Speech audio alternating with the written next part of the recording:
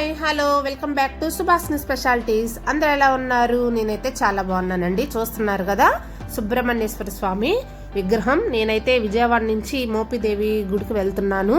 అక్కడ సుబ్రహ్మణ్యేశ్వర స్వామి విశిష్టగా అసలు చాలా పవర్ఫుల్ గార్డెన్ విన్నాను. ఎప్పటి నుంచో వెళ్దాం అనుకుంటున్నాను. ఈ దారిలో విశేషాలు మీకు కూడా పంచుకుందామని ఈ వీడియో చేస్తున్నాను. నేను విజయవాడ నుంచి మోపిదేవి గుడికి దాదాపు 70 కిలోమీటర్ల వరకు ఉంటుంది. వెళ్తున్నాము.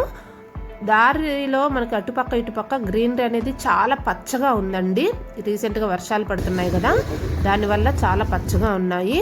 ఈ మోపిదేవి విశేషాలు అనేది పాము చుట్టల మీద అనేది ఈ గుడి లింగాకారంలో ఉంటాడంట. ఈయన సుబ్రహ్మణ్యేశ్వర స్వామి. ఎక్కడైనా సరే మామూలుగా మన సుబ్రహ్మణ్యేశ్వర స్వామి మనిషి ఆకారంలో కనిపిస్తారు, కానీ ఇక్కడ పాము చుట్టల మీద ఉన్న లింగాకారంలో ఉండడం అనేది ఈ గుడి విశిష్టత. మన దేశంలోని వాళ్ళే కాదండి, విదేశాల నుంచి కూడా చాలా మంది వచ్చి దర్శించుకునే వాళ్ళంట. కోరికలు అయితే చాలా ఈజీగా తీరుతాయి అని చెప్పుకుంటారు. అక్కడైతే దారిలో మాకు తెలిసిన రిలేషన్స్ వాళ్ళ హౌస్కి వెళ్ళాము. అక్కడ చాలా న్యాచురల్గా బాతులు, కోళ్ళు, పావురాలు బాగా కనిపించాయి. అక్కడైతే ఎక్కువసేపు ఉండలేదు, జస్ట్ 5 మినిట్స్ ఉన్నాము. చూసారు కదండి, చిన్న క్లిప్పింగ్స్ తీసాను మీతో షేర్ చేసుకుందామని. ఇక్కడ నాకు బాగా నచ్చినవి ఈ కుందేళ్ళు. చూసారు కదండి, కుందేళ్ళు అయితే చూసి పరిగెడుతూ ఎంత ముద్దుగా ఎంత క్యూట్గా ఉన్నాయో, అవి తింటూ ఎంత బాగున్నాయో. అక్కడ వాతావరణం అనేది మనకి పల్లెటూరు వాతావరణం లాగా అనిపిస్తుంది. కాబట్టి ఇవి కూడా ఇలాంటి చిన్న చిన్న పెట్స్ అలా పెంచుకుంటూ బాగున్నాయి. చూసారా, నల్ల కుందేలు పరిగెత్తుకుంటే ఎంత బాగుందో. అక్కడే మామిడి చెట్లు, సపోటా చెట్లు చాలా కనిపించాయండి. చాలా ప్లెజెంట్ అనిపించింది. ఇక్కడ ఇదిగోండి, ఇక్కడ బాతులు, కోళ్ళు, పావురాలు అన్నీ కలిసి ఒకే చాటు ఉండటం అనేది నాకు చాలా బాగా నచ్చింది. ఇక్కడ మనకి కొబ్బరి చెట్లు చాలా ఎక్కువగా కనిపించాయి. ఇక్కడ నుంచి మేము స్టార్ట్ అయ్యామండి. ఇంకా వెంటనే స్టార్ట్ అయ్యాము. ఇక్కడ మీకు చూపిస్తున్న క్లిప్పింగ్స్లో మనకి అక్కడ గోడ, ప్రహరీ గోడ మీకు పైన కనిపిస్తుంది చూడండి. దాన్ని చల్లపల్లి బంగ్లా అంటారండి. లోపల మనకి చల్లపల్లి బంగ్లా ఉంటుంది. దాదాపు 20 ఎకరాల్లో ఉంటుందంట. మామూలుగా అయితే చూడనిస్తారు, ఇప్పుడు కరోనా కారణంగా క్లోజ్ చేశారంట. ఇప్పుడు ఎంట్రన్స్ అనేది లేదు. మనకి చల్లపల్లి బంగ్లా అప్పుడు 400 సంవత్సరాల నాడు రాజవంశస్థులు పరిపాలించారంటండి. చాలా సంవత్సరాలు పరిపాలించారంట. ఈ హయాంలోనే ఈ గుడి బాగా అభివృద్ధి చెందింది. ఈ వంశస్థులు ఇప్పుడు కూడా ఉన్నారంటండి. ఈ విజయవాడలో కూడా మనకి ఈ చల్లపల్లి బంగ్లా అనేది మనకు కనిపిస్తుంది. మనం మోపిదేవి గుడికి వెళ్ళాలంటే ఈ చల్లపల్లి బంగ్లా చుట్టూ తిరుగుతూ వెళ్తూ ఉండాలి. మనకి అక్కడే మనకి ఇది కూడా ఆ బంగ్లాకి సంబంధించిందే. దాని చుట్టూ తిరుగుతూ వెళ్తేనే మనకి గుడి అనేది మనకు వస్తుంది. మనకి ఎంట్రన్స్ అనేది చిన్న మార్క్ చేసి నేను చూపిస్తాను మీకు. దాని నుంచి లోపలికి ఎంట్రన్స్ వెళ్ళాలంట. ఇదిగోండి, ఇప్పుడే మనకు వస్తుంది ఎంట్రన్స్. చిన్న హ్యాండ్ గుర్తు చూపిస్తాను. ఇదిగోండి, ఇదేనండి అది. లోపలికి ఎంట్రన్స్ ఉంది కదా, ఇక్కడ మనం కార్ పార్క్ చేసుకుంటాము. అక్కడే విగ్రహం ఉంటుంది. దాని నుంచి కొంచెం ముందుకు వెళ్ళాలి. అక్కడికి వెళ్ళిన తర్వాత మనకు గుడి కనిపిస్తుంది, గోపురం కనిపిస్తుంది కదండి అది. ఇక్కడ నుంచి మన రోడ్డు క్రాస్ చేసి ముందుకు వెళ్ళాలి. రోడ్డు క్రాస్ చేసి ముందుకు వెళ్ళిన తర్వాత మనకు కనిపిస్తుంది కదా, అక్కడికి వెళ్ళాలి. ఈ కోరికలు ఎవరైనా సరే కోరిన వాళ్ళకి అవి నెరవేరినాక పొంగల్ పెట్టుకుంటారంట.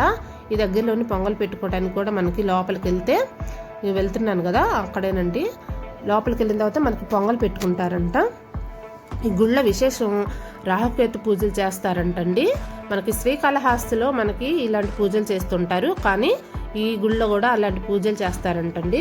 ఇక్కడ మనకి ప్రతి సంవత్సరం బ్రహ్మోత్సవాలు కూడా చేస్తారంట. దాదాపు ఈ గుడికి 300 సంవత్సరాల నాటి అసలు మంచి చరిత్ర ఉందంట. చాలా పవర్ఫుల్ గాడ్ అంట. ఏ కోరికలు కోరుకున్నా కూడా మనకి నెరవేరుతాయని చాలా మంది చెప్పారు. చాలా ప్రసిద్ధి చెందినటువంటి గుడి ఇది. ఇట్లా మనం ఇట్లా ఈ లోపలికి వెళ్ళాలి. ఇక్కడ ఉన్నటువంటి సుబ్రహ్మణ్యేశ్వర స్వామి లింగాకారంలో ఉంటాడు కదండి. ఈ లింగాకారంలో కింద చిన్న హోల్ ఉంటుంది మనకి. అక్కడ మనం పాలు పోస్తే లోపల దేవసర్పం అనే ఒక మహాసర్పం ఉంటుందంట. అక్కడికి చేరతాయంట మనం పోసిన పాలు అని ఇక్కడ చెప్పుకుంటున్నారు. ఇదైతే స్టార్టింగ్ ధ్వజస్తంభం అండి. కరోనా కారణంగా మామూలుగా అయితే అసలు ఫోన్లు అలౌ చేయరు. ఈ కరోనా కారణంగా కొంచెం ఖాళీగా ఉండటం వల్ల ఇట్లాంటి చిన్న చిన్న క్లిప్పింగ్స్ తీసుకోవటం కుదిరింది. మామూలుగా అయితే ఏ గుళ్ళల్లో మనకి ఫోన్లు అలౌ చేయరు ఎక్కడ. ఇలా లోపలికి ఎంట్రన్స్ వెళ్ళాలి. ఈ సుబ్రహ్మణ్యేశ్వర స్వామి గుడి లోపల మనకి చుట్టూ ఉండేటువంటి అవి గోడలా కనిపిస్తాయి కదా, వాటిపైన నెమళ్ళు ఉంటాయండి. నెమళ్ళు అనేది మన సుబ్రహ్మణ్యేశ్వర చూసారా, ఇదిగోండి చూసారా, మొత్తం నెమళ్ళే కనిపిస్తాయి మనకి. సుబ్రహ్మణ్యేశ్వర స్వామి వాహనం అదే కదా, ఇదిగోండి ఇవి మొత్తం నెమళ్ళు, చుట్టూ ధ్వజస్తంభం అవి కనిపిస్తుంది. ఇలా క్రాస్ చేసుకుంటూ వెళ్ళాలి. ఇలా ఇక్కడ ఎవరికైనా సరే సర్పదోషాలు ఉన్న, రాహుకేతు పూజలు చేస్తారంట. అలాగే పిల్లలు పుట్టిన వాళ్ళకి ఖచ్చితంగా పుడతారని కూడా చెప్పారు. ఇదిగోండి సుబ్రహ్మణ్యేశ్వర స్వామి ఎదురుగా మనకి నంది కనిపిస్తుంది. ఆయన లింగాకారంలో ఉంటారు కాబట్టి నంది చూస్తున్నట్టుగా మనకి బయట కనిపిస్తుంది. లోపలికి ఇంకా వెళ్ళాలి.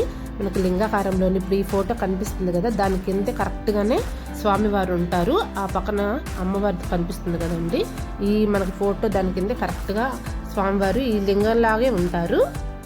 దానిపైన ఆయనకి సర్పం అనేది 1000 సర్పాలు ఉంటాయంట, దాని కింద లింగం ఉంటుందంట. ఆయన్ని మనం దర్శించుకొని బయటకు వస్తాం కదా, ఈ ముడుపులు ఎవరైనా కట్టుకునే వాళ్ళు ఉంటే ఆయన్ని దర్శించుకొని ఆయనకు చూపించి ఈ బయట ఉన్నటువంటి ఈ చెట్టు కట్టడం వల్ల పిల్లలు లేని వారికి పిల్లలు కలుగుతారంటండి. అంతేకాదు రాహుకేతు పూజలైనా సరే ఎవరైనా సరే ఇక్కడ చేయించుకోవచ్చు. బ్రహ్మోత్సవాలు కూడా జరుగుతాయన్నారు కదా. ఈ సర్ప చెట్టు అనేది, ఈ చెట్టు నాగవల్లి చెట్టు దగ్గర పూలు కూడా మనకి లింగాకారంలో కనిపిస్తాయి. ఇది ముడుపు కట్టేసుకున్న వాళ్ళు కొంచెం ముందుకు వెళ్ళిన తర్వాత మనకి దీపారాధన మండపం అనేది కనిపిస్తుంది. అక్కడ ఎవరైనా సరే దీపారాధన చేసుకోవాలంటే చేసుకోవచ్చు. చాలా పెద్దగా ఉందండి ఇక్కడ గుడి అనేది. ఎక్కడైనా సరే సుబ్రహ్మణ్యేశ్వర స్వామి గుడి అంటే చాలా చిన్నగా ఉంటుంది, కానీ చాలా పెద్ద గుడి. ఇక్కడ మనకి స్వామివారు మన కళ్ళకు ఎదురుగా ఉన్నట్టుగానే కనిపిస్తారు. చూసారా, పాము పడగల కింద ఆయన మనల్ని ఆశీర్వదిస్తున్నట్టుగా కనిపించారు. చాలా బాగుందండి, మనల్ని చూస్తున్నట్టుగా అనిపించింది. ఇక్కడ మనం దీపారాధన చేసుకొని అక్కడ పార్కింగ్ దగ్గరికి వెళ్ళొచ్చు. ఈ పార్కింగ్ దగ్గర సుబ్రహ్మణ్యేశ్వర స్వామి విగ్రహం అనేది 27 అడుగుల వరకు ఉంటుంది, చాలా పెద్దది. దాని కింద కోనేరు ఉందండి. ఎవరైనా సరే ఈ దగ్గరగా ఉన్న వాళ్ళు ఉంటే ఒకసారి వెళ్ళి విజిట్ చేసుకోండి. Thank you for watching.